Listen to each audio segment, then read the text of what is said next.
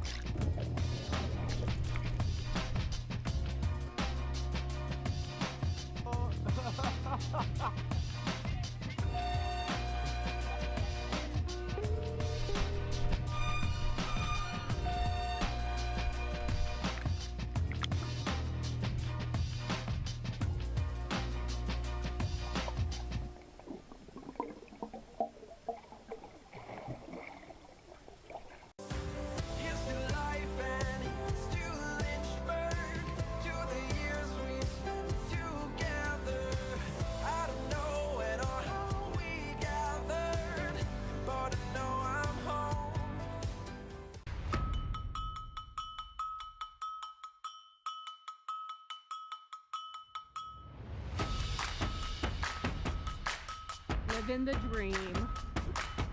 USA, Mexico,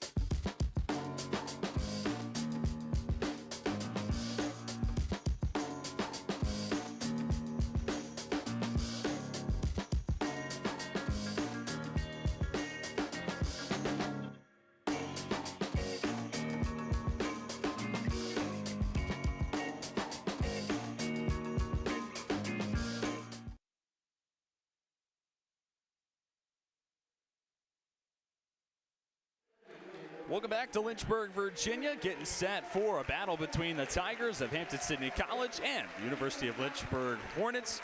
Two teams neck and neck in the ODAC standings. Lynchburg 5th in the conference standings, and Hampden-Sydney right behind them at 6th. So you're looking at a big game, Pierce, where if Hampden-Sydney comes out with a win, they're leapfrogging Lynchburg. Meanwhile, if Lynchburg comes away with a win, they at least move into a tie for a top 4 seed. And those top 4 seeds are the ones to host once we get to ODAC time. Granted, all of them technically host. You'd be a home team. All of it will be played out in Salem, Virginia, but helps be the home team in that situation. Absolutely. And with Hampden-Sydney, this game is even more important because of the last 10 games that Hampden-Sydney has played against Lynchburg. They've only won one of them, and it happened to be the last one. Sure.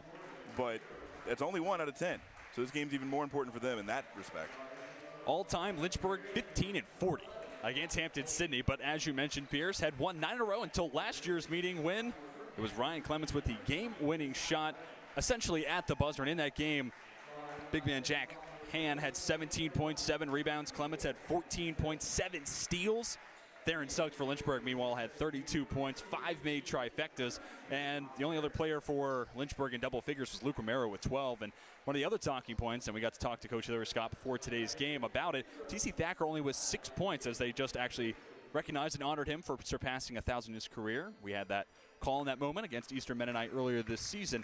But that said, only 6 points, did have 12 rebounds in that game against Hampden-Sydney last year.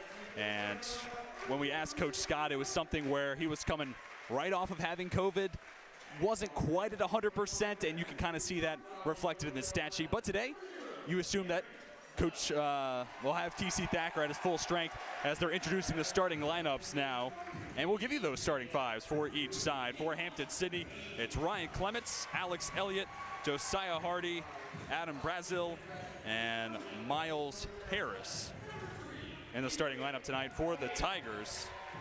And on the other side for Lynchburg, it's Theron Suggs. Kevon James making his 3rd consecutive start. Izzy Lackamy, who's been shooting the basketball great of late. Carrington Young, and the aforementioned TC Thacker. And talking a little bit about Kevon, as mentioned, 3rd consecutive start for the junior from Virginia Beach, Virginia.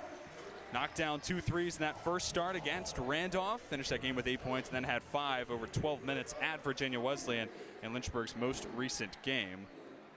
And he went 1 for 3 from beyond the arc. In that loss against the Marlins, Lynchburg coming off a 74-61 loss on Friday evening against Virginia Wesleyan. It was the 5th game in an 8-day span. Meanwhile, Hampden-Sydney, last game was on Saturday the 29th. It was a win against Shenandoah, 86-61.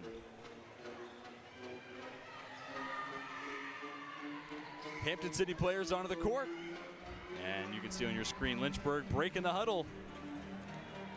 It'll be Ryan Clements at midcourt and presumably TC Thacker for Lynchburg.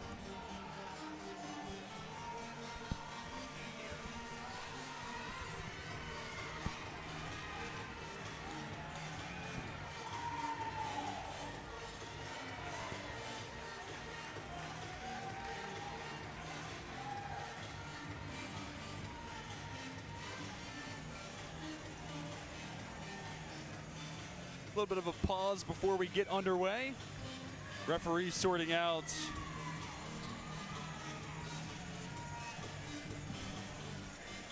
something. Unsure exactly what, but on the far side, referees, or with Sports Information Director Mark Robertson, as well as Hampden-Sydney head coach Caleb Kimbrough. Tonight's officiating crew, by the way, Scott Arbogast, Matt Brookman, and Chase Batten.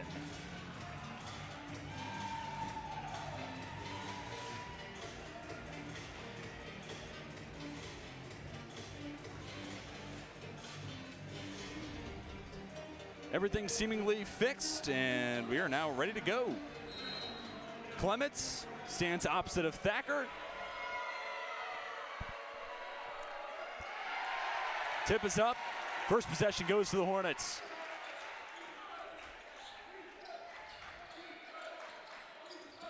Suggs coming off a tough shooting performance against Virginia Wesleyan. It's Lackamy taking the 3 from the far side corner. His first shot of the day, in and out. Rebound and going back the other direction, Josiah Hardy. Euro step, kiss off the glass. Hampden-Sydney strikes first and lead 2-0.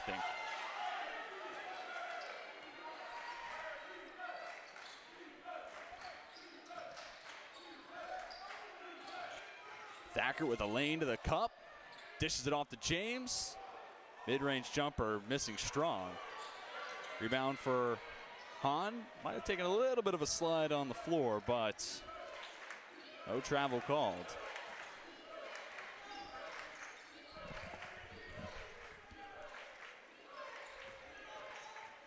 Top of the arc. This is Alex Elliott. Only 2 games this year, scoring more than double figures, but it was 18 against Greensboro in the opener, 24 against Maryville.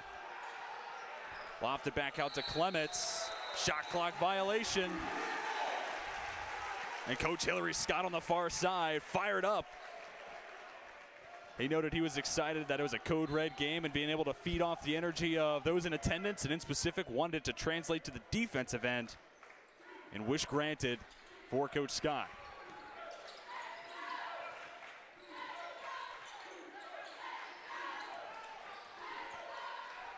James takes the 3, in and out. 0 for 2 start for the junior.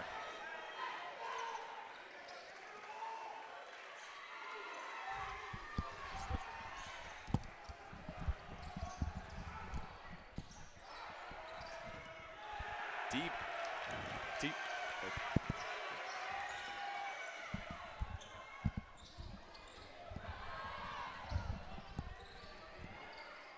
Young for James one more time. Suggs left wide open.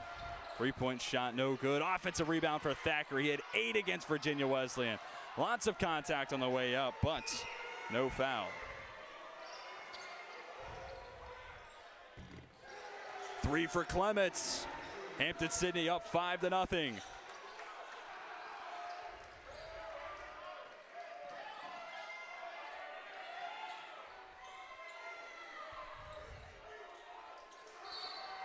Trying to get it down low to Thacker. Tipped out of play. It'll stay with the Hornets.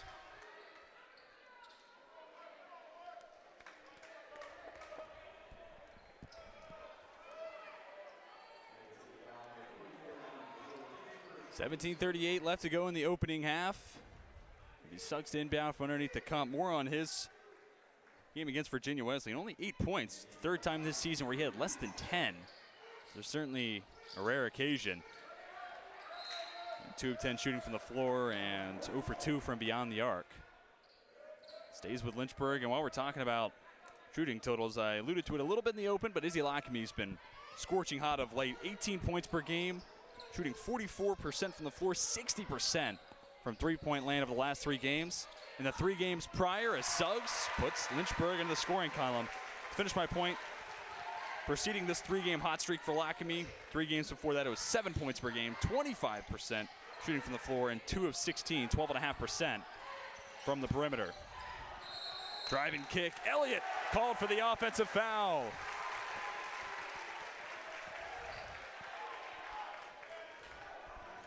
Well, the defensive intensity has certainly been there for Lynchburg. And if you get that type of production on the defensive side, it'll go a long way alongside 78 points per contest, good for 2nd most in the ODAC.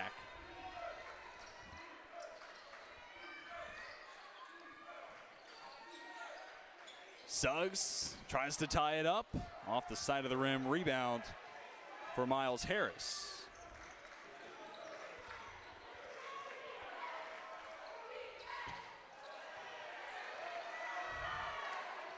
After the miss, Carrington Young brings it across half court, inside the restricted circle, dumps it off for T.C. Thacker. Carrington Young is certainly a spark and energy player, and put on display there, this time with the dime. 1-point game. James called for the foul.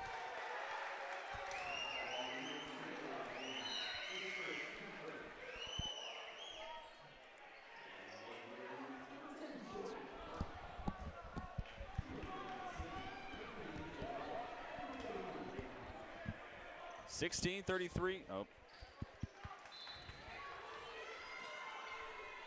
16:33 to go in the first half. Apologies for some audio issues in the early goings of this broadcast. We're going to continue to work through those.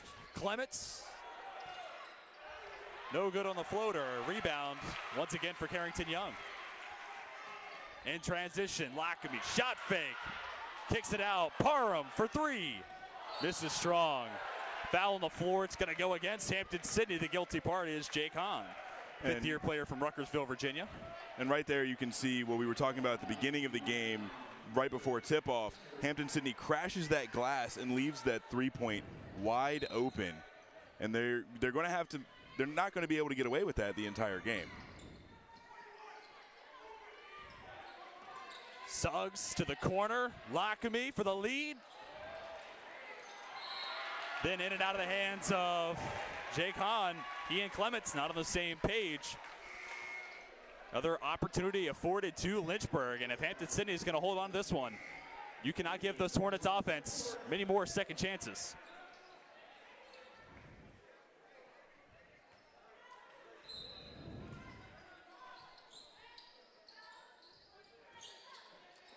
Parham.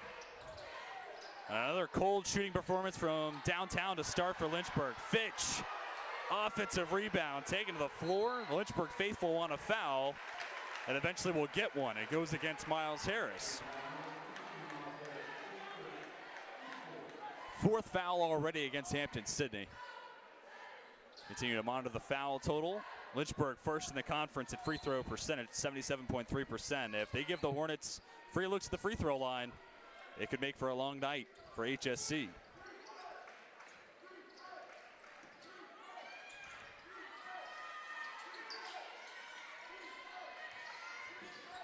Suggs to the elbow, in and out. Talk about the three-point shooting numbers. Lynchburg 0 for 7 to start today from downtown. They went 4 of 16 on Friday against Virginia Wesleyan. DJ Wright looking for space. Shot is long. Rebound Fitch.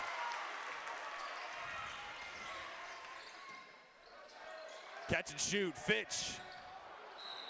Another miss. Whistle's blown, and it ends the possession and opportunity for Lynchburg. 15:08 to go in the first half. You can already see on Lynchburg's offensive end that they are not afraid to attack that three-point line. And I think they might have seen the same thing we saw in that film, where they crash the glass and leave that three-point wide open. And Lynchburg, more often than not, a good three-point shooting team, 34.6% coming into today. Kiss off the glass and through for DJ Wright. And Wright, player who's poured in some good minutes, good production to go with it. 7.6 points per game. That's coming off the bench. You'll certainly take that if you're Coach Kim Burrow. Another three-point shot. Lynchburg now 0 for 9. Though I appreciate the green light on the three-point line, they may want to consider some other looks. Hahn defended by Thacker. The backdoor cut we talked about in the open. This time the beneficiary is Chase Turner. Tigers up by 5. And Chase Turner has a couple of fun connections in his family. Uncle Corey played at UVA, then in the NBA from 1995 to 2005. And his cousin, Kenny Brooks, played at James Madison, now the head women's basketball coach at Virginia Tech.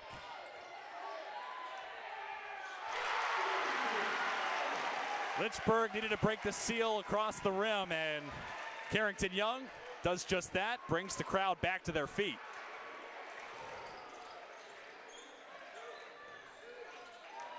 Parham gets the takeaway. In transition, right-handed layup brings it back to a one-score differential. He will take that all day long. Consecutive possessions where Lynchburg's been able to get a shot inside the arc. Venture to see the offense transition to more looks like that. Helps when you get back-to-back steals. Young has it tipped away. Looks like Turner poked it loose, picked up by Hahn. Almost a carry for Hardy, and instead, Hahn had a close look at the basket. Couldn't convert, tipped out of play. 13:04 left in the first half. That brings us to our first media timeout. Hampden-Sydney up by 1, 9-8. You're watching this game on LHSN.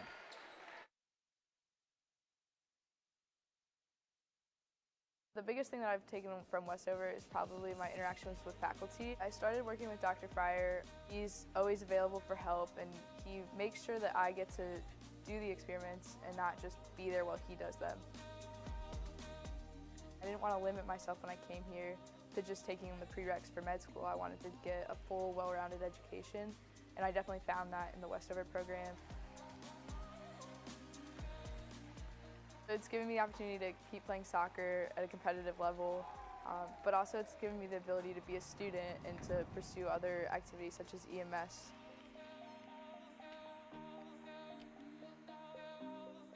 "100% do Westover because it's not something they're going to regret, and it's going to be a lot of work, but so is everything else. It's just going to help build their education that they've already had and make them a better person for it."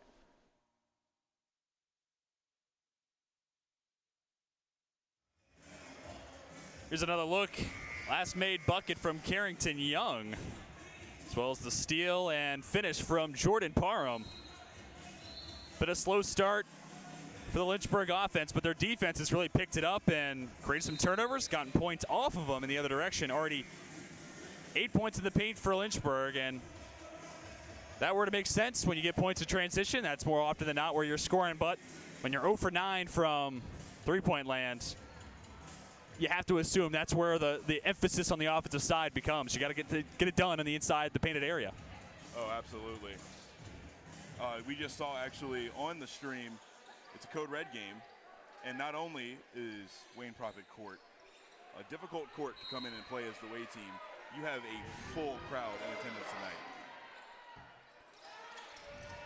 Offensive rebound for Wright. Extra possession for the Tigers. Turner defended by Fitch, gets to the free throw line, dumped off. Hardy might have had it tipped. Nonetheless, it's Thacker ahead to Bullock, now in the hands of Jordan Parham, who coming off a good game. 2 games back at Randolph, had 19 against the Wildcats. 16 coming in the second half. 4 of his 5 made threes coming in the second set of 20 as well. Saw the contact go against Bullock, and see him on your screen now. He'll be the inbounder underneath the cup.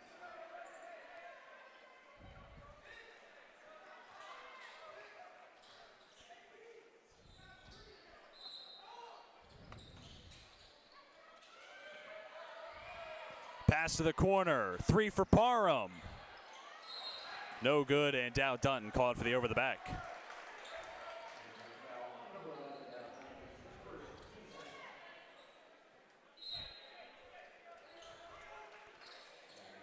Another empty possession.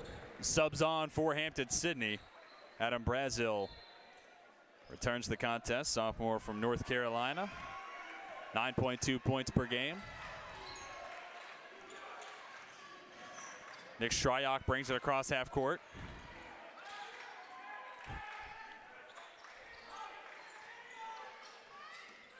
Pick and pop. Southpaw. Hahn gets to the charity stripe. Backdoor cut. Hardy off the glass and through. Full 1 possession lead. 11-8. Hampden-Sydney in front.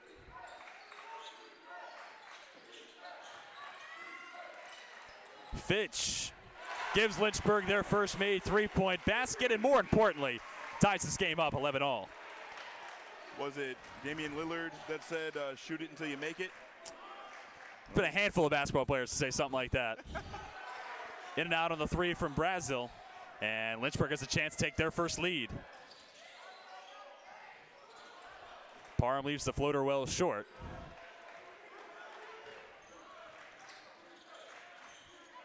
Clements give and go. Hahn from downtown misses strong.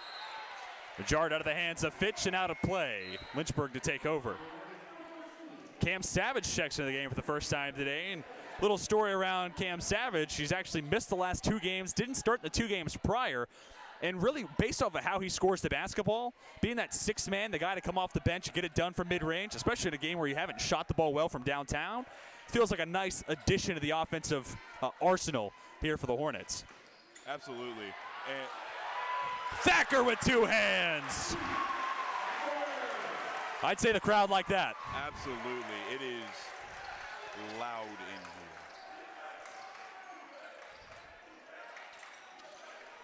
Clements with 3 points so far. Top of the arc, in and out, no good. That was Harris taking the shot. Bullock called for the foul. Clements was trying to get away.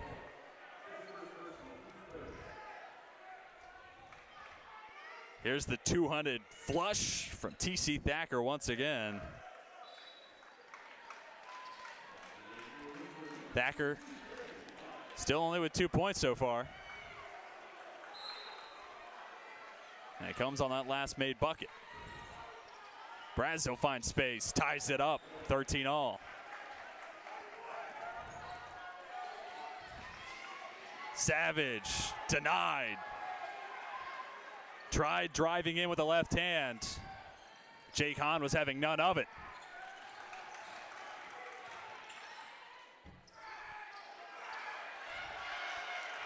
Dow Dutton, grown man's rebound.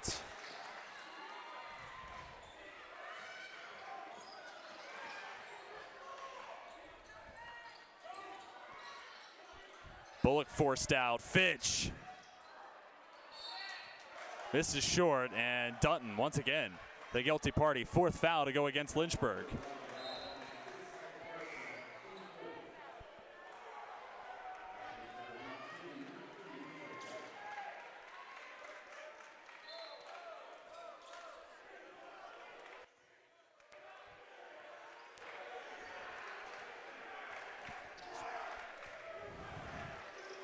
Brazil works to his left. Now with DJ Wright backed out. Hampden-Sydney comes in today, 3rd best scoring offense, 77.8. If you were listening closely, that's directly behind Lynchburg, 2nd in the ODAC, 78 points per game. Hahn against Dutton. Cross-court swing, Harris. No good on the 3-point shot. You have to commend the Hornets on that defensive take. They're doing a really good job to make sure that Hampden-Sydney does not get any unnecessary open looks. Harris, a 45.5% 3-point shooter, too. Somebody that Lynchburg's going to certainly have to keep an eye on. Carrington Young hoists the 3. Also off the mark.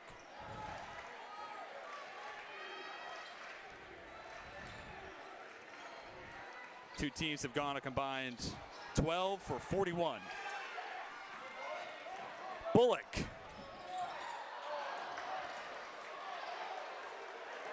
We're still tied up.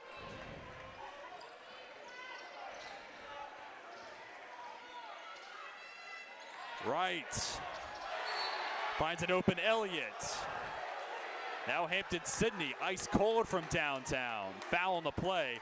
Goes against Carrington Young, and the Tigers earn another possession.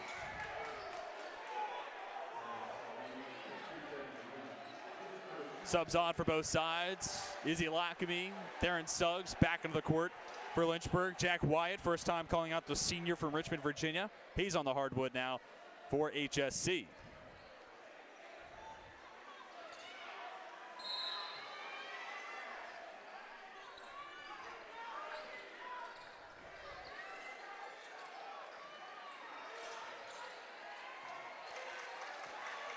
Turner in a tough spot. Lofts it to Elliott. Shot clock down to 6. Elliott. There's just enough separation to finish. There's almost nothing you can do in that situation. Lynchburg did all they could defensively. Sometimes all you need is a step, and that's exactly what Elliott had. Suggs to Savage, sub 20% 3-point shooter. Won't see this one knocked through either.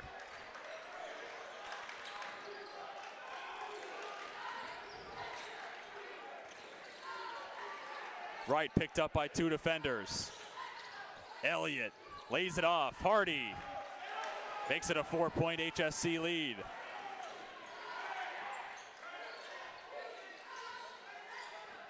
Give and go from Suggs to Dunton.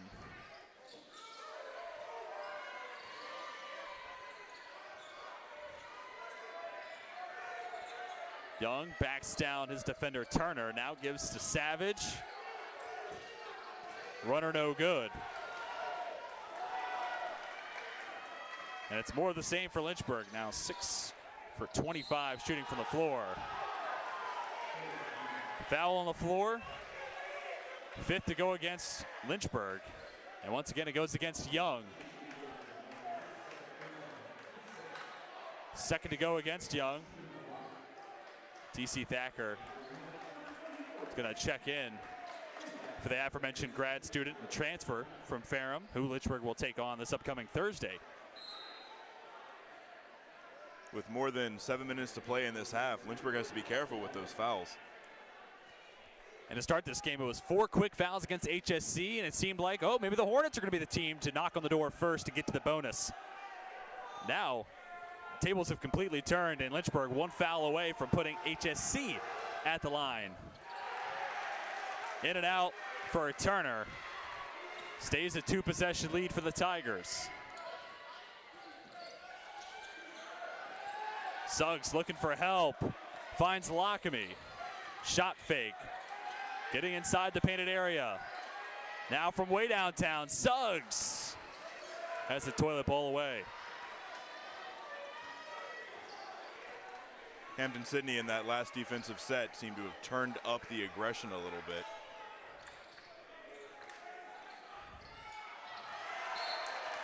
Turnover number 5 for Hampden-Sydney. Pass from right, little off the mark. 6:42 to go in the first half. And that'll bring us to our under 7-minute media timeout. 19-13, your score, Hampden-Sydney out in front of Lynchburg. Don't go anywhere. Plenty more to watch between the Hornets and the Tigers on LHSN. I was looking for a school that could provide me with the athletics, academics to pursue my career, a wind symphony to pursue my passion for music, and really have a nice general atmosphere. The professors here are really unique, their background and their passion for teaching. It's really a place where you can explore. Lynchburg gives you the opportunity to fail, but also get back up in that period of time and learn from your mistakes. I can make these mistakes within the school environment, but also with the support of other friends, and be ready for the real world when you graduate.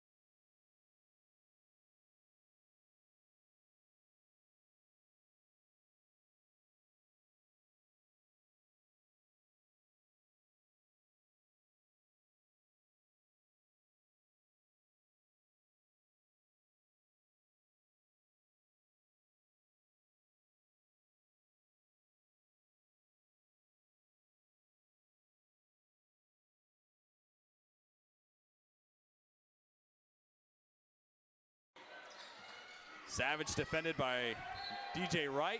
Pass tipped out of play.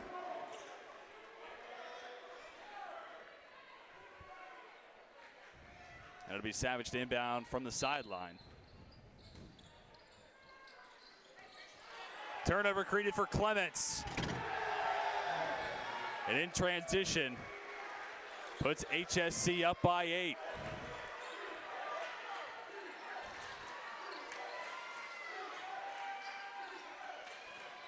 Second defender comes as Thacker gets it down low.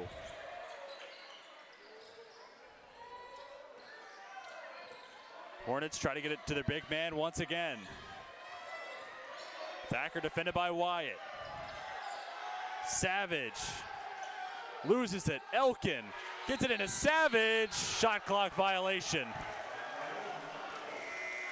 It was going to be close before Savage could get that shot off. Couldn't catch it after Elkin tried to keep it in initially. And that proved to be enough of a difference. Just the second turnover tonight to go against Lynchburg.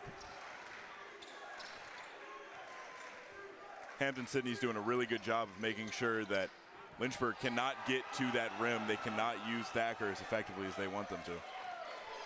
Now a 10-point lead for Hampden-Sydney. Josiah Hardy takes on Thacker. And now has 4 points on the evening. Suggs trying to answer, no good. Offensive rebound. Second chance won't go down. Out of play it goes. Tigers to take over.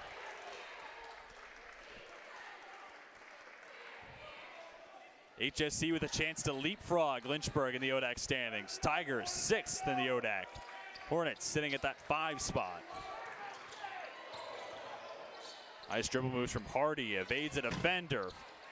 Finds Hahn in the corner, 3-point shot, no good. Both teams struggling from downtown. Lynchburg 1 for 15, Hampden-Sydney 1 for 8. I can imagine that's going to be a conversation for both teams in the locker room. Lockamy able to end a long scoreless stretch for Lynchburg. Makes it 23-15.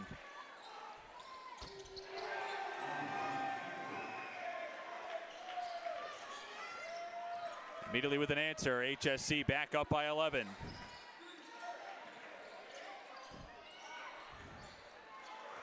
By the way, that layup from Lockamy, the first bucket for Lynchburg since the 11-12 mark.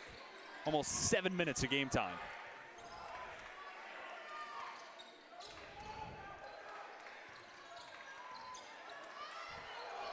Hardy steps back, crosses forward. Got the room, couldn't finish. Savage tries to go right through the Hampden-Sydney defense. No good with the left-handed layup, but loose ball goes out of play. It's going to stay with Lynchburg. Savage to the bench. Parham checks in for him.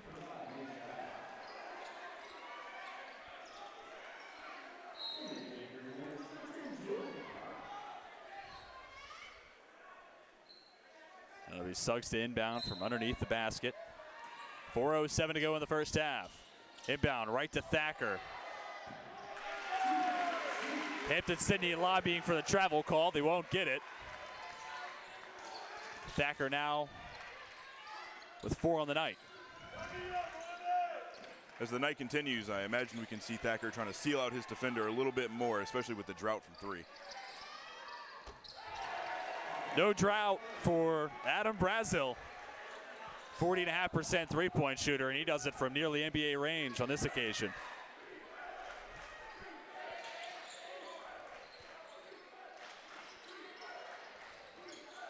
Parham thought about the three-point look. Instead, it's back in the hands of Lockamy, then to Thacker. HSC's defense has been the storyline so far. Tough look for Lockamy.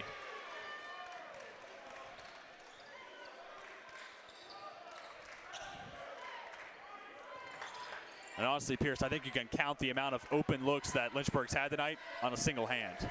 Yes, Hampden-Sydney came out. They knew what they've known what they've been doing so far on defense. They have not given them very many looks inside or out. This game very reminiscent to Lynchburg's loss against Roanoke on this floor. It's Lynchburg's lone home loss. Three-point shot from the corner, good for Miles Harris. And the Hornets fans in attendance shocked at what they're seeing. Lynchburg down by 15. Timeout on the floor called by Coach Hillary Scott. Another look at the trifecta supplied by Harris, or instead, this is actually the 3 from Brazil. 2:46 till we reach halftime. We'll take an opportunity to talk about the coaches for each team. Caleb Kimbrough in his 3rd year at the helm, leading this Tigers program. 19th head coach in program history. Previously was the head coach at Huntington College in Alabama from 2016 to 2019.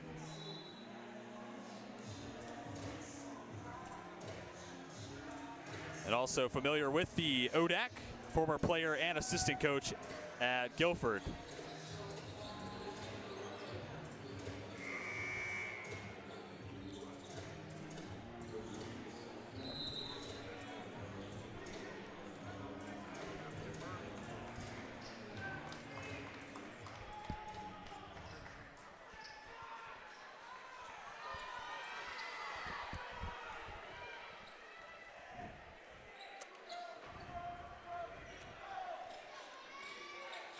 Out of the timeout, Hornets have possession.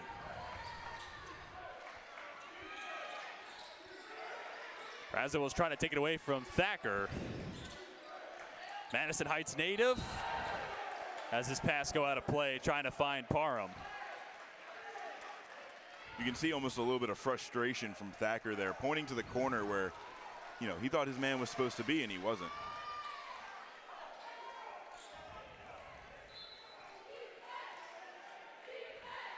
Parham going to pick up Brazil the full length of the floor.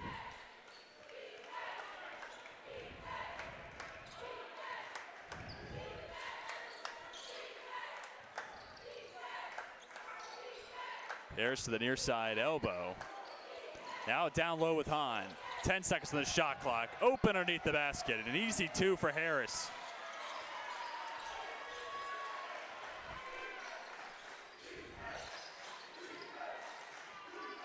Harris now with 5. Even with Brazil at total. Shot no good for Suggs. Second chance, Parham for 3 indeed. They needed that. I think you could say that one once more. Now Lynchburg 2 of 18 from beyond the 3-point line.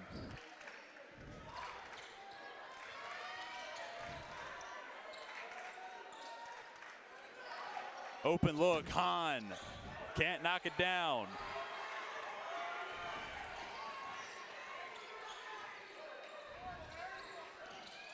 Suggs drives in, leaves the runner short, might have been tipped.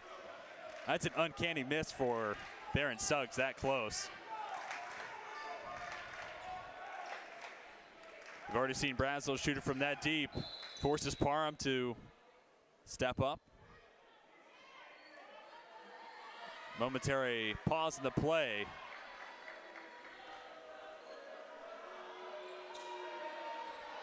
And it looks like they're going to wipe off the basketball. A pseudo timeout, and 4 players check in for Hampden-Sydney accordingly, including Josiah Hardy, Wyatt, DJ Wright, and then Nick Shryock as well. 60 seconds left in the first half.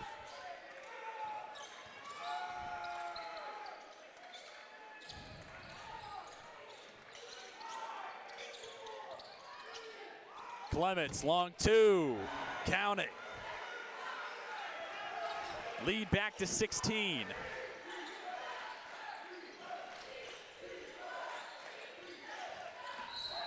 Lockamy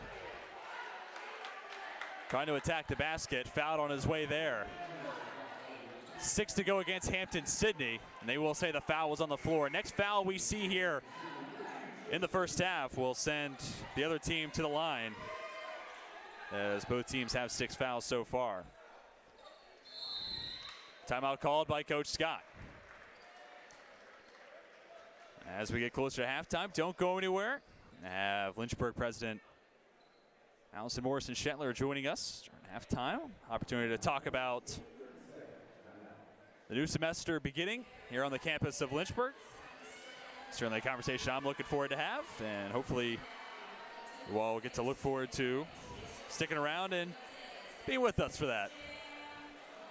16-point lead for HSC. Update on the shooting split so far. Hampden-Sydney 48.5% from the floor, 4 for 12 from downtown, and 0 for 1 from the free throw line. Meanwhile, Lynchburg's offense has been stagnant, to put it lightly. 9 of 37 from the floor, that's 24.3%. And we talked about it a moment ago, 2 of 18 from downtown, and have not attempted a single free throw so far, and that has been a huge part of success. The splits between wins and losses for Lynchburg, one of the big differences in free throw attempts. Nice inbound set, Dutton the beneficiary, makes it 36-22. Now, as you were saying about the free throws, with 2 of the 3 of the top free throw percentage shooters in the ODAC, it's probably in Hampden-Sydney's favor that they're not fouling, not sending the Hornets to the line tonight. Excuse me, not giving shooting fouls. About a second difference between shot and game clock. 3 from the corner, in and out for Wright. 4 seconds left in the first half. Parham taken to the ground, and that will bring a close to the first 20 minutes of play. A frustrating first half for the Hornets, an exhilarating one for the Tigers. We'll step aside and come back with our interview with President Allison Morrison-Shetler. You're watching Lynchburg and Hampden-Sydney on LHSN.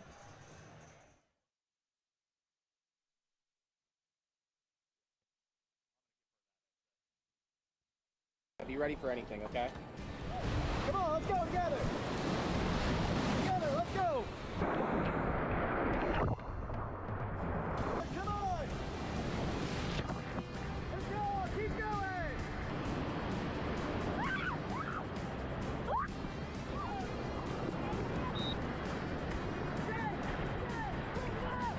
There is the best of it.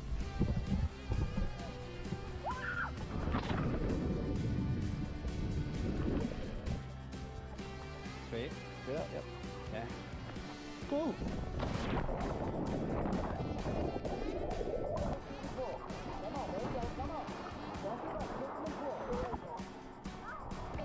Good one.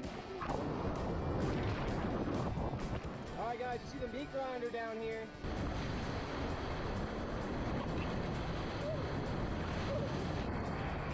Stay in the boat, let's go.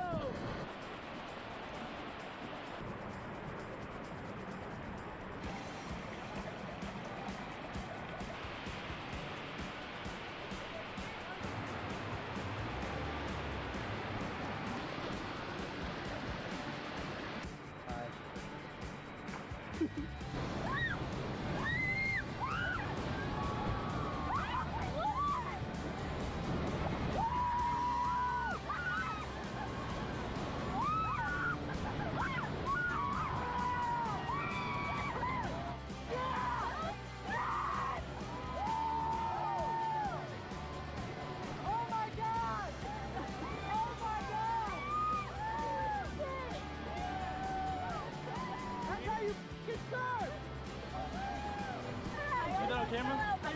Oh, what'd you think of that? Woo! Get small classes, nationally recognized mentoring and advising, and a community that has your back every step of the way at the University of Lynchburg.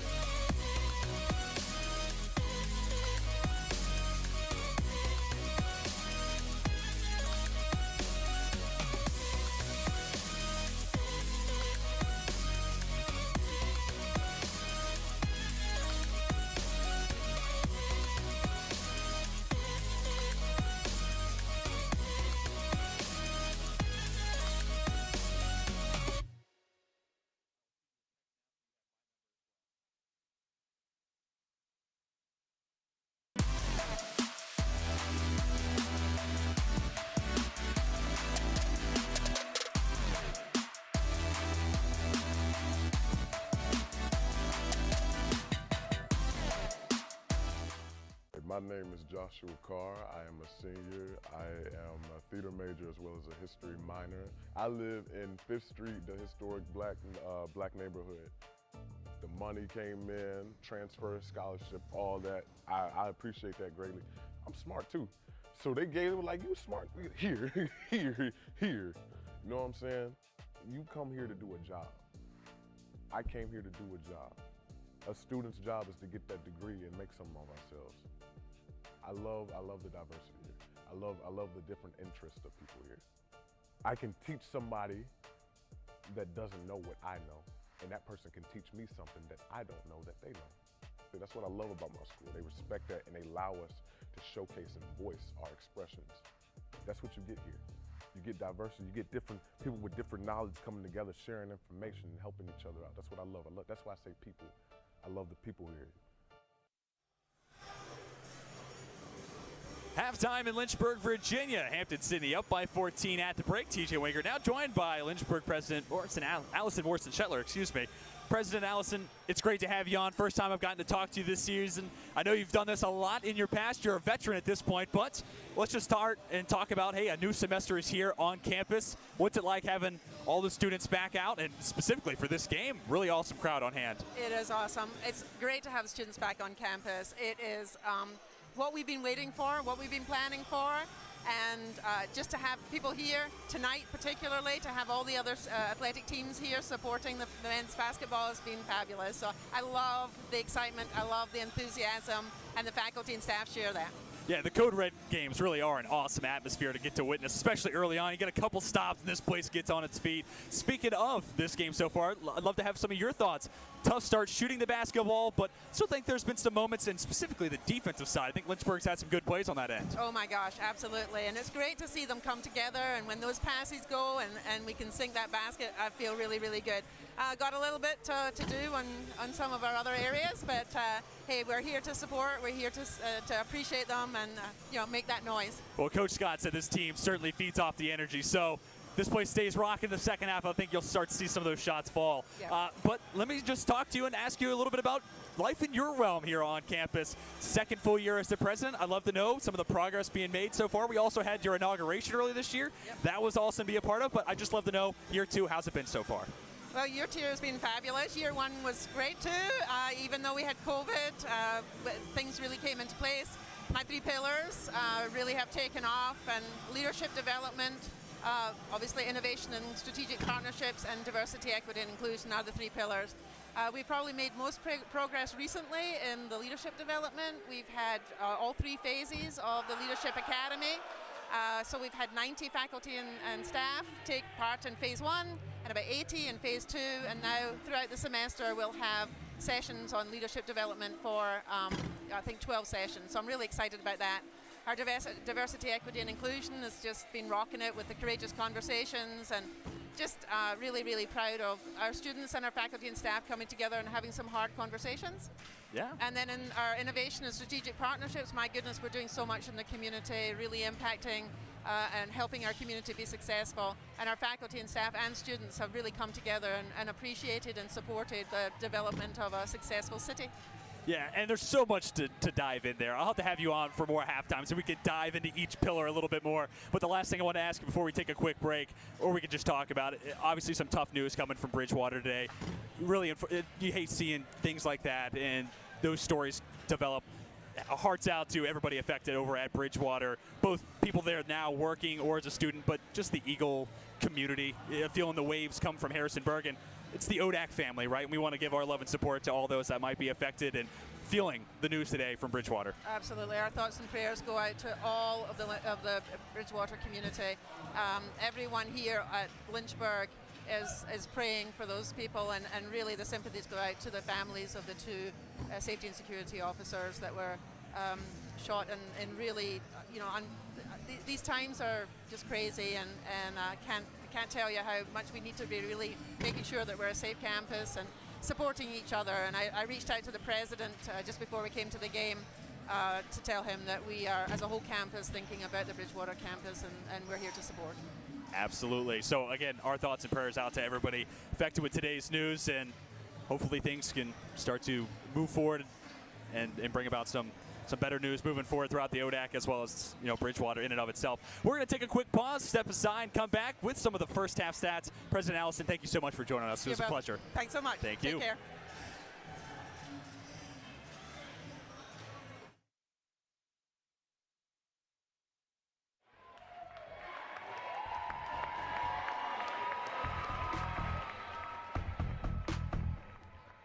If I'm walking around over on the crowd side, I always hear someone yelling, "Hey Nat, take our picture. Hey Nat, get this," or something, or "Hey Nat, you got that shot?"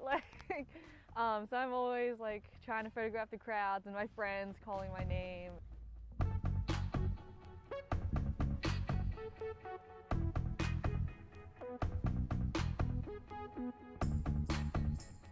I think sports at Lynchburg unifies us as a whole. No matter what background we come from, what differences we have, and what experience we've experienced through our lives, it brings us all together and we have one goal, which is to win. As a photographer, I definitely get to capture the emotion and the feel and the atmosphere of what's going on during the games and what's happening in the crowd and with the fans. We have hugely dedicated fans here at Lynchburg. They come out whether it's rain, snow, sleet, windy, no matter what. They will come out and support their team and cheer them on. They will sit through anything. It brings us all together as one.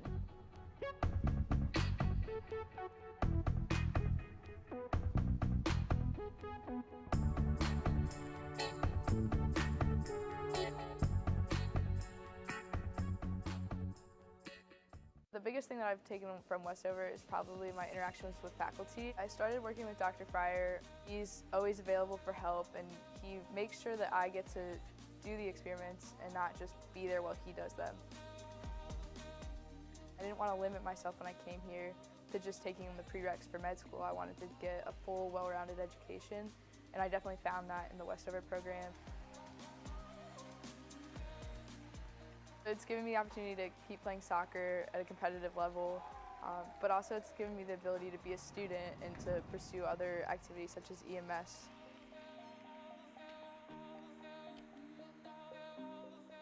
"100% do Westover because it's not something they're going to regret, and it's going to be a lot of work, but so is everything else. It's just going to help build their education that they've already had and make them a better person for it." Hi, Mara Willis. How are you? Pretty good.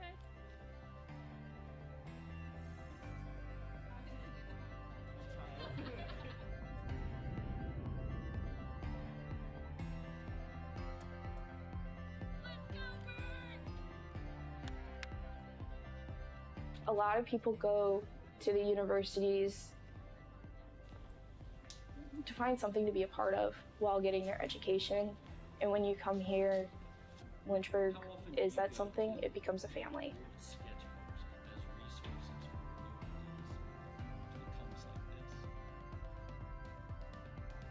It doesn't matter how long ago you had your professor, they still remember you, and they remember all of the hard work that you put in.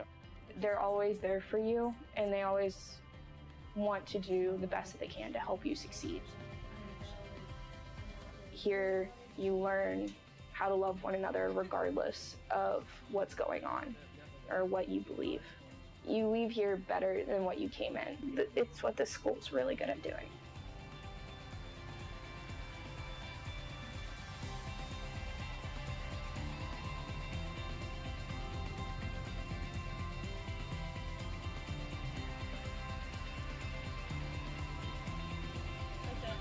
Okay.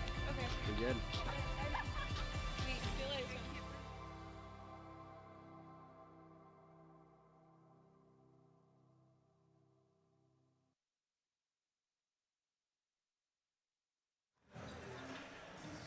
Less than 3 minutes to go until we reach the second half between Hampden-Sydney and Lynchburg. Tigers lead the Hornets by 14. TJ Wingert now rejoined by Nathaniel Pierce. It was a great conversation with President Allison Morrison Shetler. Now we get to talk about some hoops, Pierce. And what were some of your big takeaways as we show the stats from the first half? For me, I think the conversation has to start with Lynchburg's three-point shooting. Absolutely. Going 2 for 18 in the first half. I haven't personally witnessed a game where we've taken that many threes in one half, much less missed that many threes in one half. Really need to focus on getting the confidence up. Just take some mid-range shots, take some down low, get that confidence going, get some steam behind you, then focus on making those threes, make it a later game weapon, get some of those points back. And on the other side, I think that's really paid dividends for Hampden-Sydney because it's one of those things they have to defend, right? And you've seen anytime Lynchburg's try to get it inside the painted area, whether it's laying it off the bigs or driving in, there's been no room to be able to get to the cup. None at all. And on the other side with Hampden-Sydney, oh my gosh, why am I breaking my thoughts tonight? You're good. They're shooting the basketball pretty well. So when you get that type of defensive intensity, and obviously Lynchburg's playing with a little bit of a crutch, unable to shoot the basketball effectively in the first half, makes your life that much easier defensively. And also you can leak out numbers the other way. 47.1% field goal percentage for Hampden-Sydney, and also a little bit of an edge in fast break points. I feel like that stat might be missing some buckets there as well. It's currently a 6-4 edge for the Tigers. And some of the other battles throughout this game that we're going to continue to keep our eyes on. Offensive rebound, edge goes Lynchburg 7-3, but in a stat that makes almost no basketball sense whatsoever against Virginia Wesleyan, Lynchburg dominated when it came to offensive rebounds. TC Thacker had more O boards than Virginia Wesleyan had as a team, but both teams had 11 second chance points. So some of it comes down to efficiency and being able to convert on those second opportunities. But again, it has been few and far between for good looks, even underneath the basket. I mean, you're seeing some of that now. We've got we've got 7 offensive boards for Lynchburg with only 5 second chance points. So if that trend continues, it might not be a good look for the Hornets. And to be specific, against Virginia Wesleyan, 16 offensive rebounds into 11 points. Virginia Wesleyan with 5. They converted basically every second chance opportunity. And yeah, maybe that's not going to happen again tonight, but Lynchburg going to have to become more and more efficient. When they get the basketball and get a second look, got to take advantage of it, especially with a 14-point hole going into the second half with players now taking the court. We are ready to go for the second set of 20. You're watching LHSN. Apologies for some of our technical issues throughout the broadcast tonight. Hopefully things are all squared away and taken care of. And we can present to you a worthy conclusion. And this is one of those things where we talked about in the open, Pierce. If Lynchburg is able to get some shots to fall from downtown, they can easily work themselves right back into it.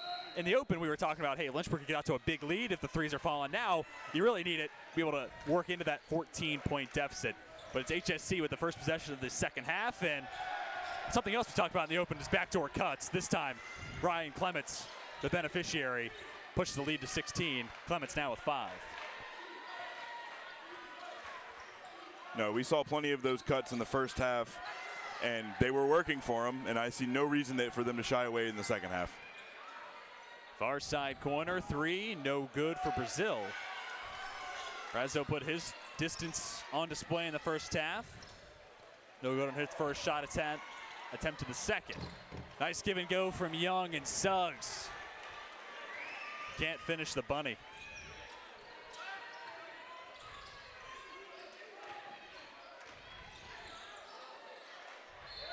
I was talking to Coach Hillary Scott before today's game. Asked him about one of his initial takeaways were from Friday against Virginia Wesleyan. And he said, well, not to make excuses, but it looks like a team that played 5 games in 8 days. And it's easy for us to say, oh, well, then you had off Saturday, you got to practice on Monday, or it's Sunday and Monday. Well, this becomes game 6 in 12 days. It's not like that's all that easier. And sometimes it still feels like that fatigue is a factor for Lynchburg tonight. James trying to get it into Thacker, poked away by Hahn, gathered by Josiah Hardy, and Brazil fouled by Suggs in transition.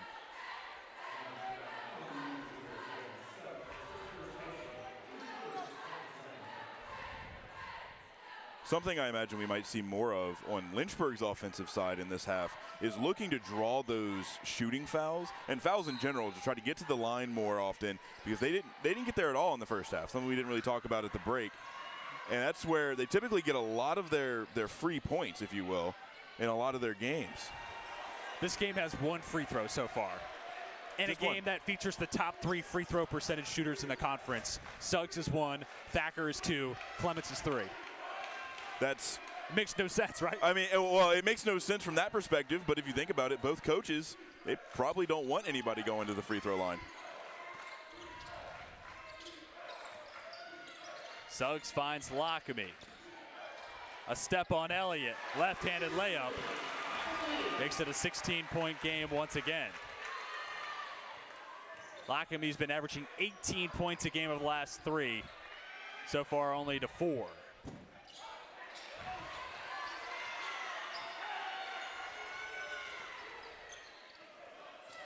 Lockamy versus Elliott. Now Hardy switches on. James from the 3. There we go. The 3, indeed. Kevon James has one of the best shooting motions, point blank simply, on this basketball team. And you watch him in warm-ups, there is no place where KJ exudes more confidence than in the corner. Absolutely. He puts it on display. And if Clements Lynchburg can't answer. If Lynchburg can keep repeating what just happened on their last offensive take, they're going to be in a good spot for the rest of this game. Young through contact. No good twice. Another offensive rebound. Thacker converts on the second chance opportunity, and promptly a timeout taken by Coach Kimbrough, and that'll send us to our first immediate timeout of the second half. Lynchburg looking to hang around, now down by 11. You're watching the Hornets and the Tigers on LHSN.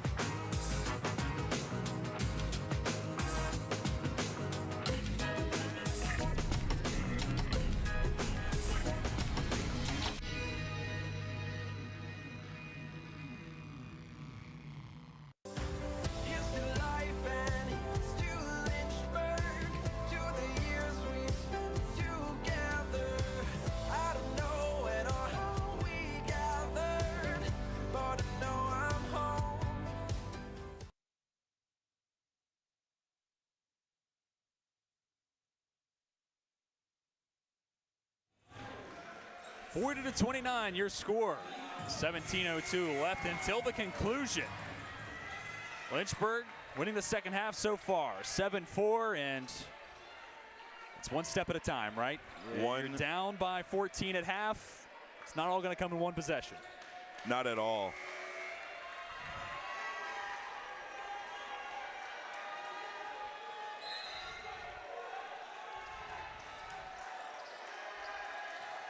It'll be interesting to see how Hampden-Sydney responds to this full court press, because in the Shenandoah game, they responded very aggressively to any sort of full court press or double team in the backcourt. Out to Brazil for three. A fortunate miss for Lynchburg, but an offensive rebound for Josiah Hardy. Big rebound for Lockamy. He pushes the tempo in transition. James for three. Indeed! James was scoreless in the first half. 6 already, not even 4 minutes into the second set of 20. The runner, Brazil, off the glass and through. 10-point HSC lead, and Clements intercepts the pass. Well defended by Thacker. James has it tipped out by Brazil. Hornets looking to bring the deficit into single figures. Clements checks out. Chase Turner subs in.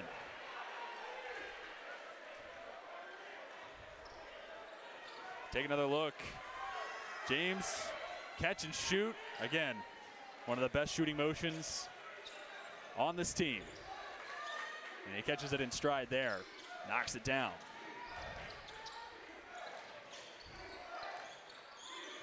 James is looking for the entry to Thacker.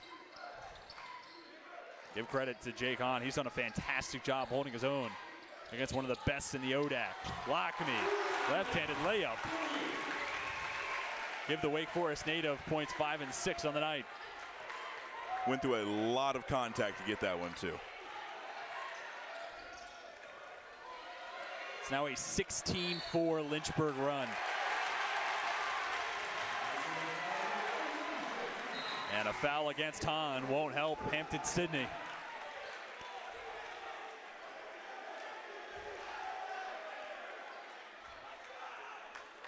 Lynchburg looking to elevate to 5-1 at home this season, and also looking to avenge the loss against Virginia Wesleyan that snapped a 3-game win streak. Meanwhile, Hampden-Sydney, winners of 2 of their last 3, looking to make it wins in 3 of their last 4. Sticking with the hot hand, Lockamy fouled on his way up. And something I didn't envision saying today, with 15:21 to go in the second half, Lynchburg heads to the free throw line for the first time tonight. Another look at the foul. Elliott, the guilty party.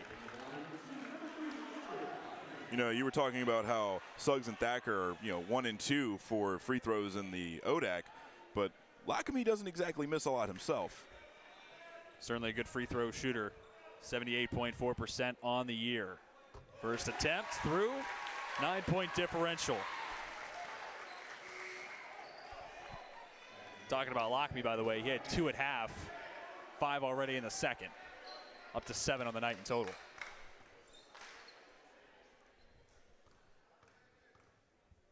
You see Coach Scott and Carrington Young talking it over. Miss from Lockamy, offensive rebound for Thacker. And in the first half, where we saw the basketball breaking away from the Hornets, now Lynchburg getting some favorable bounces. Shot fake, step back, 3, short for James. And if that went down, this place might have lost its ceiling. Foul on the floor. Looks like it'll go against Kevon James.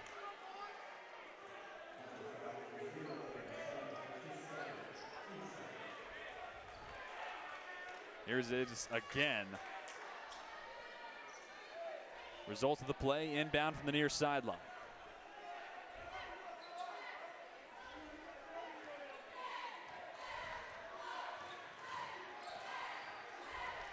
Nick Shryock lays off. Harris. Now into the hands of Wright. Block is called with 8 on the shot clock, and those in attendance, let it be known they do not agree with that call. Not at all. We'll let you be the judge at home. James wasn't happy either. Third whistle to go against Lynchburg in the second half. And I made note of the shot clock. It's gone from 8 back up to 20.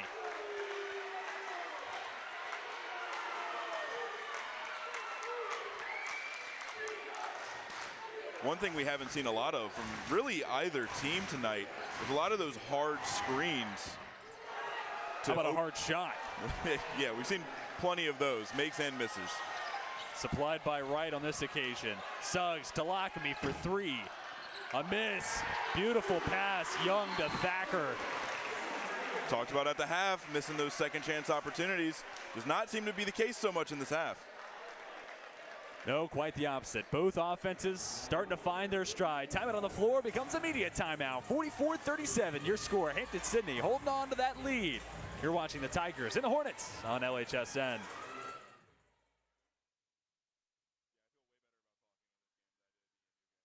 The biggest thing that I've taken from Westover is probably my interactions with faculty. I started working with Dr. Fryer. He's always available for help, and he makes sure that I get to do the experiments and not just be there while he does them.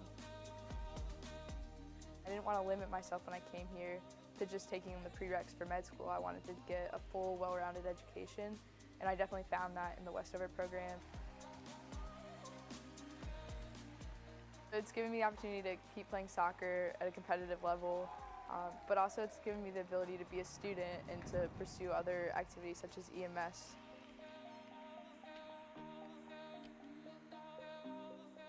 "100% do Westover because it's not something they're going to regret, and it's going to be a lot of work, but so is everything else. It's just going to help build their education that they've already had and make them a better person for it."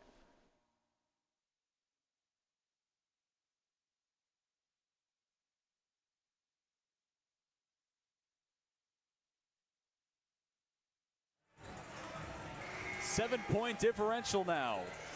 44-37, Hampden-Sydney ahead with 14:21 to go.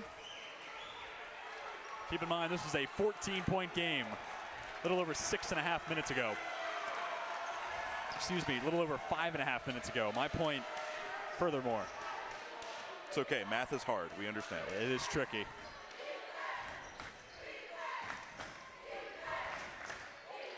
Speaking of those screens. Miss from Wright, O-board, and a layup for Elliott. First points of the night for the sophomore from Georgia, Alex Elliott. Lockamy evades at a second defender. This is strong. Thacker couldn't hold on. Players get tangled up. Foul on the floor. And it looks like it's going to go against Hampden-Sydney. Miles Harris going to be called for the foul.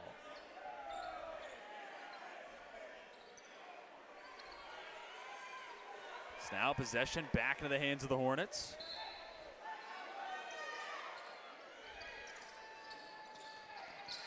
Lockamy cuts in. Blocked. Blocked again. The first from Turner. The second from Harris. Good pick. Hampden-Sydney returns the favor. Suggs finds fellow grad student Lockamy, who's called for the charge. Clements doing the dirty work. Wayne Profit Court is not happy with that call. Coach Scott, as well as Izzy Lockamy, obviously frustrated and trying to make the case that Clements was inside the restricted circle.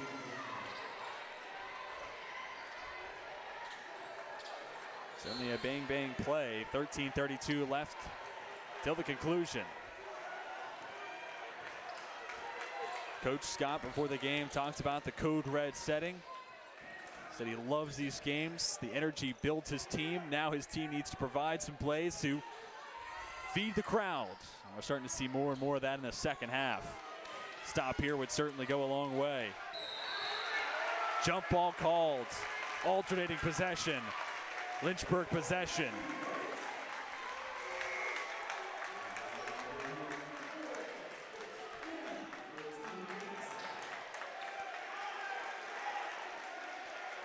Cam Savage checks back in.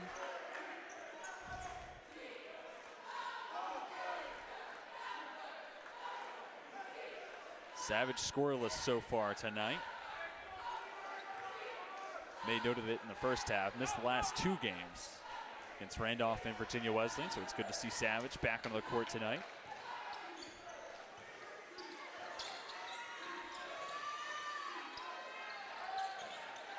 Here the junior picked up his dribble looking for help. Thacker there to supply the reinforcements and take it all the way himself.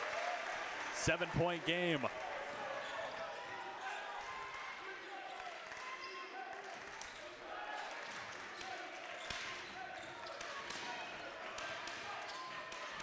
Elliott, a nice arsenal of moves. There's left-handed hook. Only so much you can do about that. You can play good defense. Sometimes great offense is nothing you can combat. Timeout called. See Coach Scott talking it over with assistant coaches Dylan Hall and Brian Smith. This is a tough spot if you're a coach. Your team's done a lot to get back in this contest. Down 14 at the half. Now the deficit's at single digits, and you're trying to keep the crowd into it too. So every possession not only matters when it comes to the scoreboard, but also want to keep everybody in attendance and want to keep the energy high in this building, making it that much harder for Hampden-Sydney. So it feels like obviously still 12.5 plus to play, but this becomes one of those big possessions where you can keep Uncle Mo on your side if you're Lynchburg. Absolutely. The next few minutes are going to be crucial if the Hornets want to keep that energy up, keep these fans engaged, and have a chance at coming back and even winning this game. Hornets currently leading the second half 17-12, and it brings us to where we are this game. 9-point differentials. We welcome you up to the booth. TJ Winger alongside Nathaniel Pierce. Love this new webcam. A nice little element to add into the broadcast. Little GoPro action. We got to talk to the president of the university. It's been a good game so far to watch, and not without some of its technical issues, of course. Oh, of course. Wouldn't be a day in this line of work without a little something to keep you on the edge of your seat. Rambling aside, it will be a Lynchburg possession coming out of time. And there you see the crowd. Again, these Code Red games, this place gets packed, and it gets packed quick. And even furthermore to that point, this and then the EMU game, really the only 2 games that Lynchburg played at home where students haven't been on break. Their first home game was the CNU win, but that was after students had gone home for Thanksgiving and the winter break. That is true. And it would have been even more games without students here if, unfortunately, the unfortunate rescheduling has caused our compacted schedule, but. And that's the result of the Ferrum game on Thursday, that game being moved around. Hardy finds Elliott, near side wing 3, in and out. Thacker tried to keep it in, flings it out. An unfortunate set of occurrences there for the Hornets. You get the stop and give it right back to Hampden-Sydney. Less than 12 to go. Again, Hampden-Sydney looking for win number 3 in their last 4, and it'd be 2 in a row against the Hornets after dropping 9 consecutive. While Lynchburg, after having a 3-game losing streak, snapped at Virginia Wesleyan, looking to start a new one. They'll do so in comeback effort. Dunton finds Fitch, cutting the basket. Just enough touch, sinks it through, 48-41. This is where we've been for the most part of the last couple of minutes, between 9 and 7-point differential between these two teams.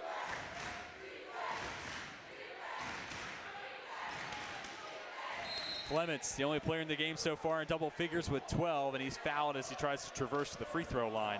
Correction, one of a couple players in double figures. Hardy just got there. He's now at 10, and TC Thacker leads the way for Lynchburg with 12. It's been a quiet 12 for Thacker thus far. If you had asked me to guess what he was at, I would not have guessed 12. He's working in the background, and hopefully he can keep doing that and maybe do it even a little bit more.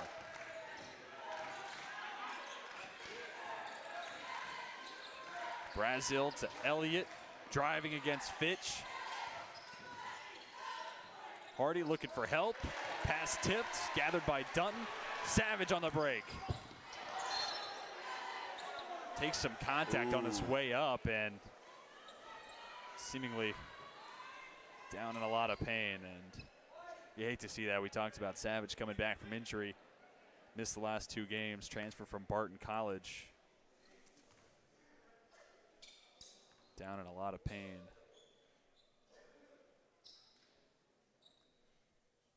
.10:44 to go in the second half. We're going to take this moment to go ahead and take a break. We'll step aside and come back with more between Lynchburg and Hampden-Sydney and give you an update on Savage when we come back.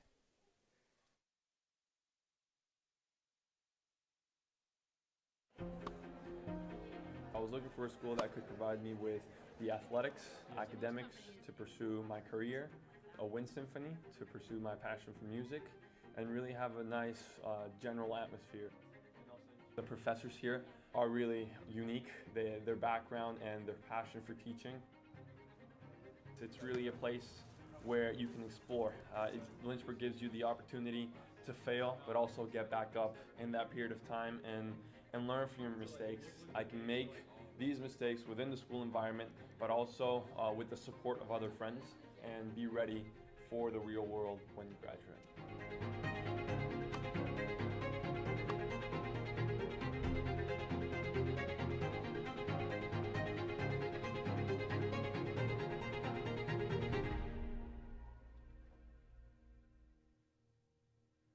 Look what you're missing!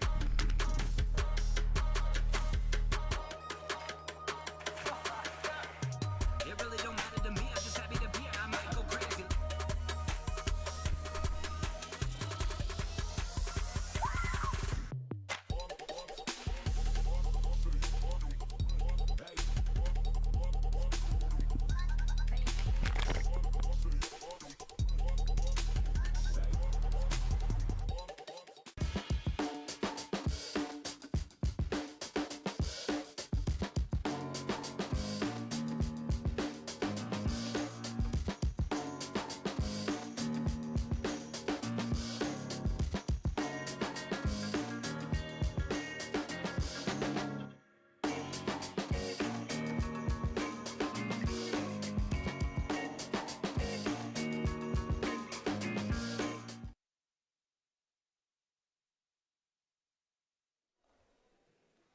Back in Lynchburg, Virginia, Cam Savage with assistance making his way to the sideline.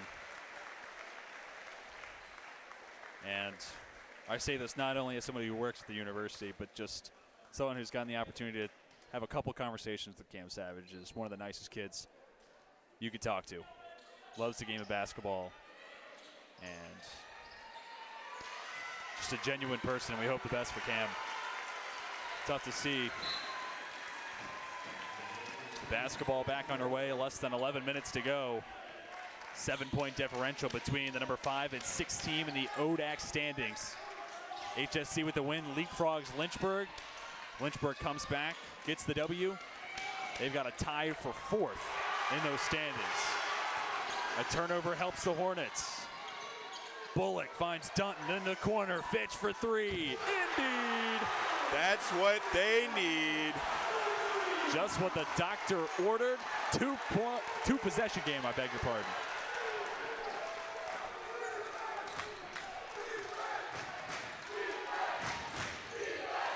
We were talking about that at the beginning of the game, where Hampden-Sydney is going to crash the glass and leave somebody wide open on the perimeter, if not more than one. And if Lynchburg can start converting on those like that, this is going to be a much different look continuing through the rest of the second half. Brazel pulls the trigger from way downtown, leaves it short. And talk to that point, Pierce.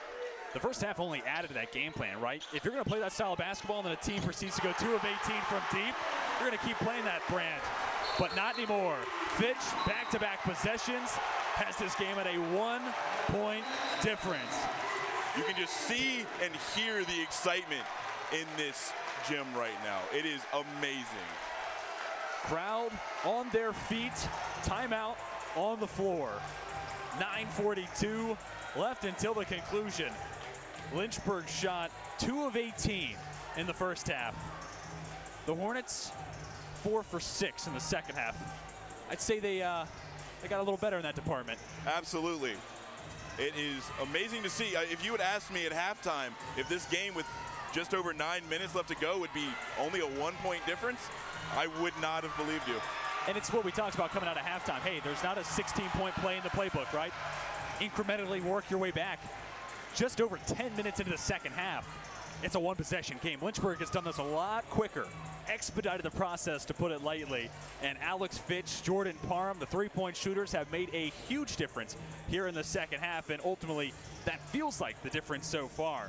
Also want to make note, TC Thacker with a double-double already. 12 points, 10 rebounds, good for double-double.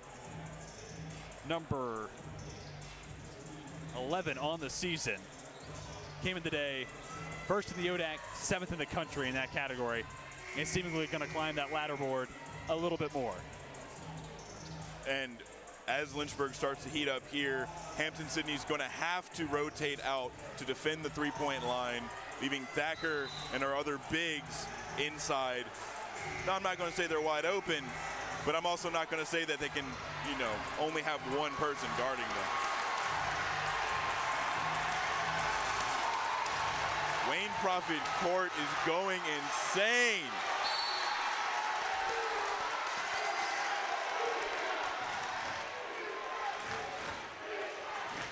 We'll have to check and make sure the roof doesn't come off this place. Hampden-Sydney looking to maintain their lead. Brazel from downtown misses strong. Offensive rebound initially gathered by Hahn, then out of play it goes. It's going to stay with the Tigers. That brings the air out of the arena just a little bit. It'll be Chase Turner to inbound from the far side.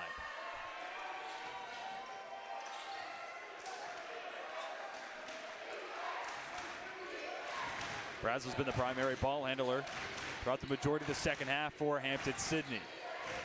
Hahn against Thacker. Backdoor cut. Turner had the pass tipped. Great hand-eye coordination. Gathers and finishes with a layup. That'll go down as 2 points in the box score, but I assure you was more impressive than just any ordinary layup. Full one-possession lead for the Tigers. Drive, dump off to Dunton. Foul on the floor. Offensive foul. Not what they need. Every possession at a premium. Hahn's going to check out.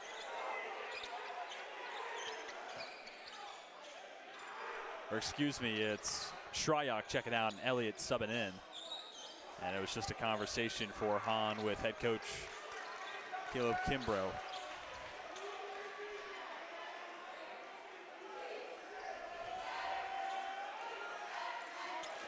And more often than not, and I'm saying this strictly as a spectator, you'll see teams mount comebacks and rallies and get right to where the Hornets are right now. One possession difference. And it feels like the biggest hurdle to leap over. The 13 other points they had to get over, not a big deal. These last three, always the biggest deal. They feel like Mount Everest in a lot of ways. Elliott tipped on the way up. Bullock swings over to Parham.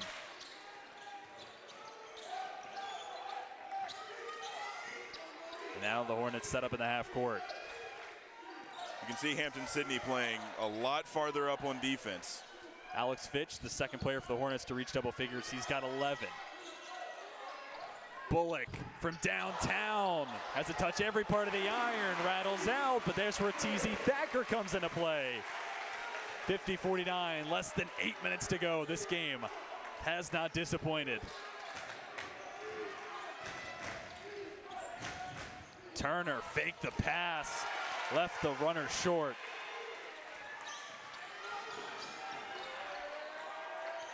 I can imagine as this game gets even closer and even more heated up, Hampden-Sydney's going to play even harder on those full court presses. Thacker fouls Hardy in transition. Veteran move from Thacker. Just the first to go against TC, but the 7th all ready to go against Lynchburg. So for the next 7 minutes and 31 seconds, any foul to go against the Hornets that's not a travel, carry, or something of that variety, you'll see a Hampden-Sydney Tiger head to the free throw line for at least the 1-and-1. Hardy at the line now, 80.8% free throw shooter on the season. Converts on the front end. Earns the second free throw attempt. His attempts, by the way, for HSC. Free throws 2 and 3 on the night. Yeah, that's what I was just about to bring up. It's insane that there's only been 5 total free throw attempts in this entire game.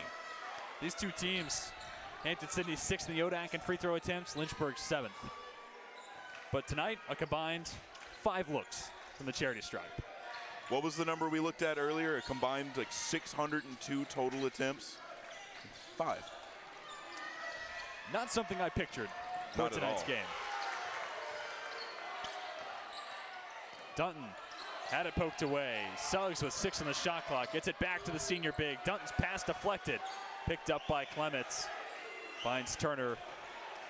Returning the favor to Clements to bring it across half court. Chance for Hampden-Sydney. Push their lead back to 2 possessions. Pick, pop, the 3. Knocked down by Harris. Lynchburg's got to make sure they don't start to collapse on that defensive end. You saw both men go towards the ball, leaving one wide open on the 3, and then that's what you get.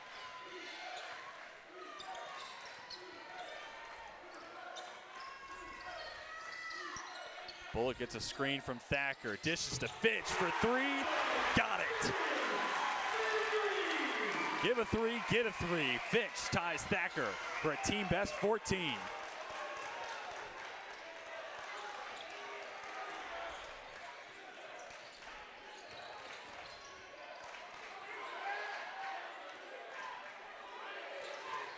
Elliott gets a screen from Harris.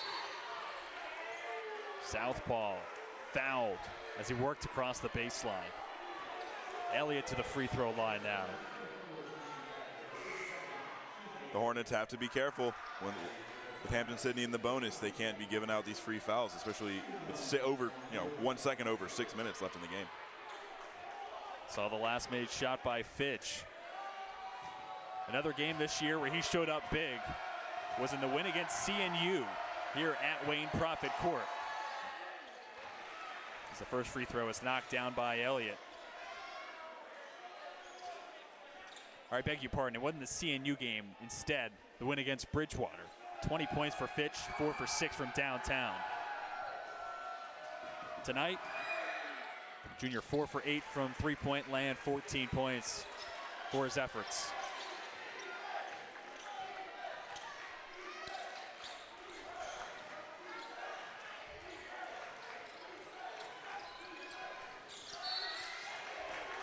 Fitch draws the foul.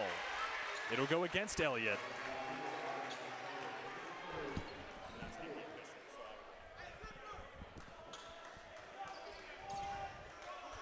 Five-point lead for Hampden-Sydney. Timeout called by Coach Scott. Coach Hillary Scott, 14-14 in his 14 years at the helm against Hampden-Sydney.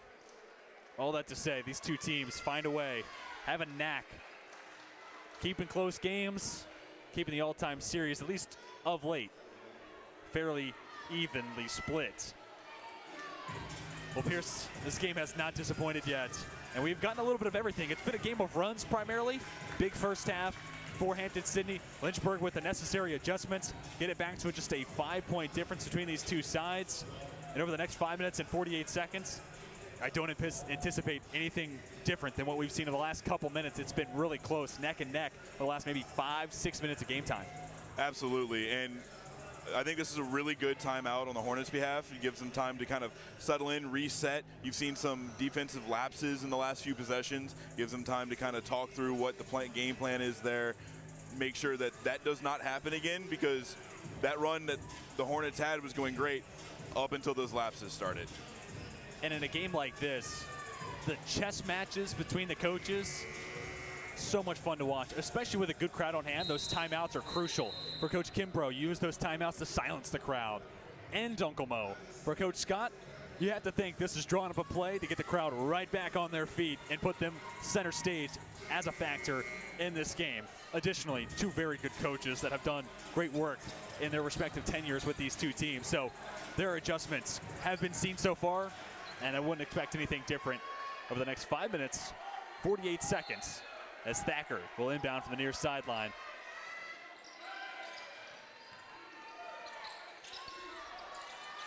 Dunton finds Fitch. He'll try again. You're kidding. This is a much different look than what we saw in that first half. Fitch was 1 for 5 shooting in the first half, 3 points, all those shots from downtown. He single-handedly feels like the X factor and the difference between first and second half for Lynchburg. Here it's Fitch on the defensive side. Part of 2 defenders to induce a miss from Turner. Clements drives in. Misses it all. Another offensive rebound. Hahn hacked on the way up. Dunton called for the foul. Clock stopped, 5:10 to play. We were talking about those fouls and how the Hornets really can't be giving them up, but if you have to give them up, Hahn, I guess, is one of those guys you have to give it up to with only a just over 60% free throw percentage. I mean, you still don't want to give up any free throws, but if it's to anybody, it's better to be below 80%. In a game like this where every point is valuable, make Hampden-Sydney earn those points as opposed to conceding them. That was the 9th foul to go against Lynchburg. There's going to be 2 here regardless for Hahn, but the next foul, I just want to let you know, it's going to be 10 against Lynchburg.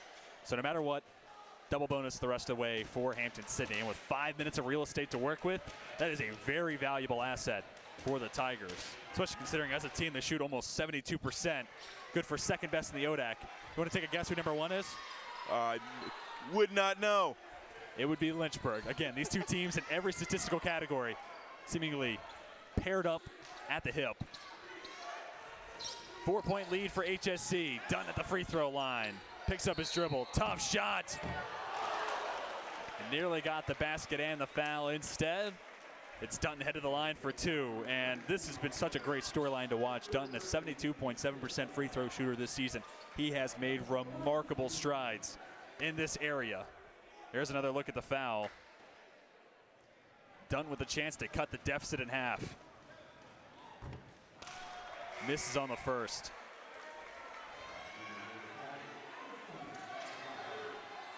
Sub checks in for Hampden-Sydney as Harris heads to the bench. Hardy checks back in. That becomes the first missed free throw since December 15th for Dow Dunton, who went 4 for 5 against the Pacers. Midweek battle. But it's a 1-for-2 trip and a 1-possession game once again. Dunton now with 3 on the night.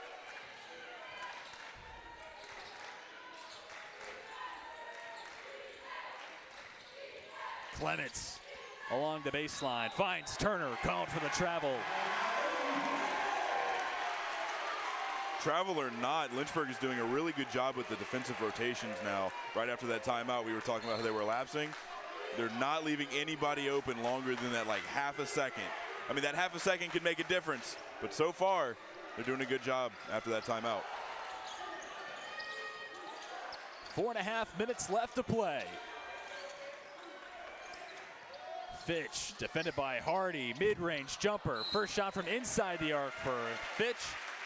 No good. Board for Dunton, and he draws the foul.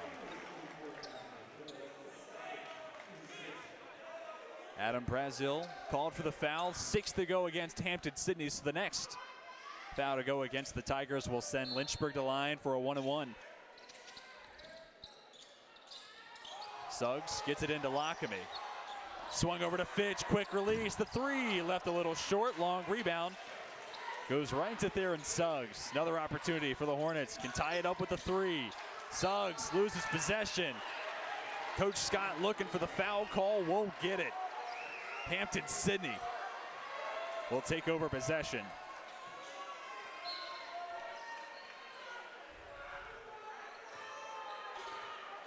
Something we haven't really discussed so far. I mean, obviously it's a close game. We've been talking about how the Hornets have come back, but looking at it, it's almost an inverse right now with the score between Hampden-Sydney and Lynchburg from the first half to now. Like, it's almost perfectly mirrored. It was 36-22 at the end of the first half. So far in the second half, 34-23. And Hampden-Sydney, a chance to push their lead to 2 possessions after the foul in the play. And now Dow Dunton, a little slow to get up.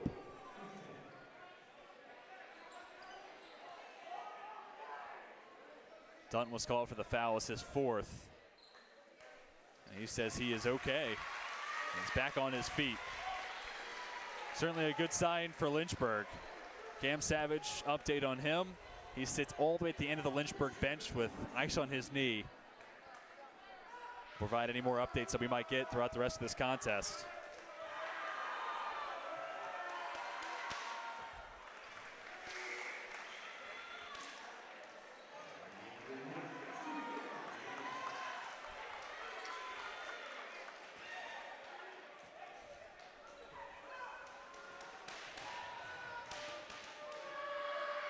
Turner goes 2 for 2, makes it a 5-point advantage. You know, for the Hornets here, we're seeing a very similar look with that Virginia Wesleyan game with the offensive boards and the second chance points. This game would be a lot different if they could convert those second chance opportunities. Well, Pierce, it's actually the exact same. 16 offensive rebounds, 11 second chance points. The exact same total for each stat in Friday night's loss at the hands of the Marlins. Lackamy fouled on the way up. He'll get a chance to respond to the 2 made free throws from Turner with 2 of his own. Lackamy on the night, 1 for 2 from the charity stripe. 7 points, 4 rebounds, 2 assists. The 5th-year player from Wake Forest, North Carolina. These two teams met. It came down to the buzzer. It's a game winner from Ryan Clements with 0.4 of a second left on the clock. 3-point shot that went off the glass and through to give the Tigers their first win after losing 9 in a row to Lynchburg. This has got to be frustrating for Lynchburg as a whole, as well as Coach Hillary Scott, because that game was a 1-point difference, and I'm not going to say it was because of a missed free throw, but it definitely added to it. There was a missed free throw leading to the possession where Clements made the 3. Pretty much where he's standing now, and delivers the pass to Brazil. And all you can help but see when you rewatch that game is got to get it done at the free throw line. And if it was a 2-for-2 trip for Theron Suggs on that occasion, that game was headed to OT as opposed to a Lynchburg loss. Lead up to 6. 2 more for Hardy. Thacker from the elbow. Second defender. Thacker spins right through the double. Bit of a different offensive look there for Lynchburg. You haven't seen Thacker really get the ball a lot outside of those offensive boards in the last few possessions. I'll be curious to see if they start trying to feed him more down low. And that play highlights one of Thacker's biggest strengths. Guys at 6'8", 210 don't necessarily move well, but Thacker's short area burst and explosiveness put on display as he was able to split the double with a spin move. Dunton gets the block. Now called for the foul. The 5th to go against Dow Dunton.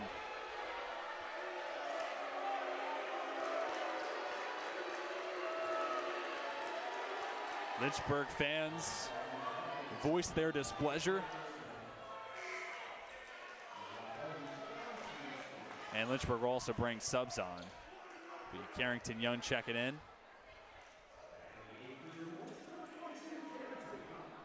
It's one thing we didn't really highlight coming into this game. One of the few differences in statistics between Hampden-Sydney and Lynchburg is the blocks. Now, it sounds like small numbers, but Hampden-Sydney came in with just 1.6 blocks per game, whereas Lynchburg 2.8, nearly 3 blocks per game. But Hampden-Sydney already with 4, and Lynchburg with their average of 3. It's a little bit of a different look defensively for Hampden-Sydney, and I'm sure they're not upset by that at all. And again, it echoes our points we've been talking about all day long. And nothing has come easy for Lynchburg on the offensive side, especially inside the painted area. Hampden-Sydney has forced Lynchburg to knock down shots from the perimeter. They didn't do so much of that in the first half, but in the second half, it's been a different story. 5-point lead for the Tigers. Thacker has it taken away. Seems like they're almost more worried about committing another foul. Less than 2 minutes to play.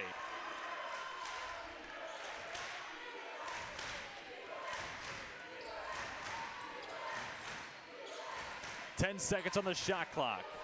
Brazil pirouettes the baseline. Up and under, no good. Offensive rebound for Hahn. Thacker gets a hand on the basketball. Alternating possession on the jump ball will have it stay with the Tigers. Can only imagine with a minute and 33 left, Hampden-Sydney might start slowing it down. They have a comfortable 2-possession lead.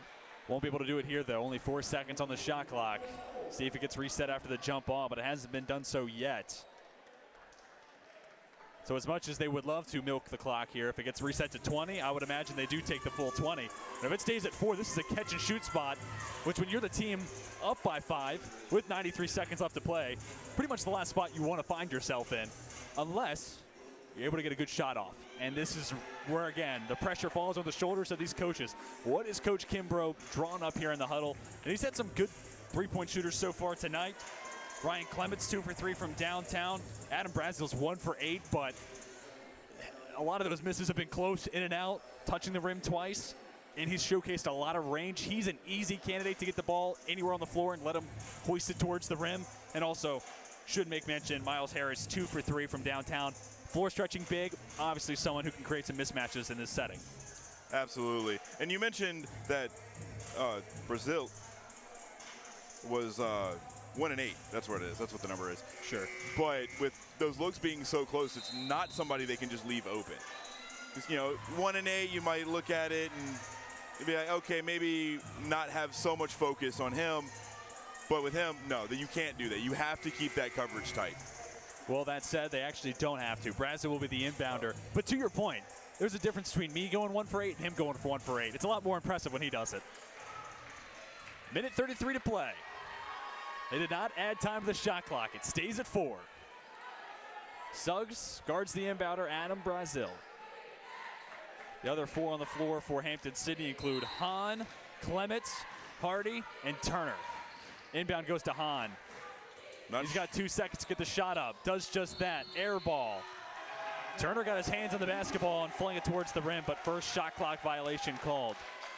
And this becomes, in a game where there's been a lot of important possessions, especially in the second half, to this point, this is the biggest possession of the game for Lynchburg. Absolutely. Bucket here makes it a 1-possession contest. Once again, you can see them feeding Thacker, trying to get him the ball down low. Did a good job defending Thacker, but as the loose ball was gathered by, it looks like Clements, he was standing on the baseline. Timeout called by Coach Scott. I think one of the other big storylines continuing today's game. Talked about Theron Suggs early in this game. 8 points against Virginia Wesleyan, 2 of 10 shooting from the floor. It's been another rough night shooting the basketball for Suggs. 2 points, 1 for 10 from the floor. And when you take that element away from the Lynchburg offense, it's primarily inside out. They can beat you with Suggs on the outside or Thacker. And I'm simplifying this. Both those guys can do it in a variety of spots. But instead, it's been forced to be Lackamy adding in some of that production as a scoring guard. And obviously, Alex Fitch has been stellar. He's got a game-best 17. But the absence of Suggs looms large where Lynchburg is right now. That said, I have talked to Suggs on a number of occasions, and the player he modeled his game after was his favorite player watching growing up, the late Kobe Bryant. And how many times you see Kobe 1 for 10 for nearly the entire game, and then all of a sudden he gets 2 shots at the end, and they're the 2 shots you remember the most. So just wanted to bet it out. It's been a tough day shooting for Theron Suggs, but that could turn around quickly, and you might forget about the 1 for 10 start really quickly. Absolutely. And to Hampden-Sydney's credit, they've also done a really good job at not sending him to the line. Right. And the same can be said about Lynchburg. How about Jake Hahn, a guy averaging over 12 points a game? Hahn has 2 tonight. 0 for 7 from the floor. He doesn't even have a made field goal. So both teams have forced the opposing offense to pivot away from one of their go-to scoring options. And that's when you get Josiah Hardy for the team best 15, or Chase Turner alongside Alex Elliott and Miles Harris, all giving you 8 for Hampden-Sydney. And like I said, Fitch with a game best 17 for Lynchburg. Suggs will inbound. Gets it to Fitch. Long 2. Off the back iron. The bounce they needed. It pays to be lucky rather than good sometimes. And I think that's one of those occasions where you pay the piper. 1 possession difference. 60 seconds to go. You can see them slowing the game down, something you haven't seen at all tonight. It's all been fast. Screen left set by Hardy. Now catches the pass, working against Young. Clements drives. Shot no good. Thacker got his hands on the basketball and was fouled by Chase Turner, who is in total disbelief at the whistle going against him.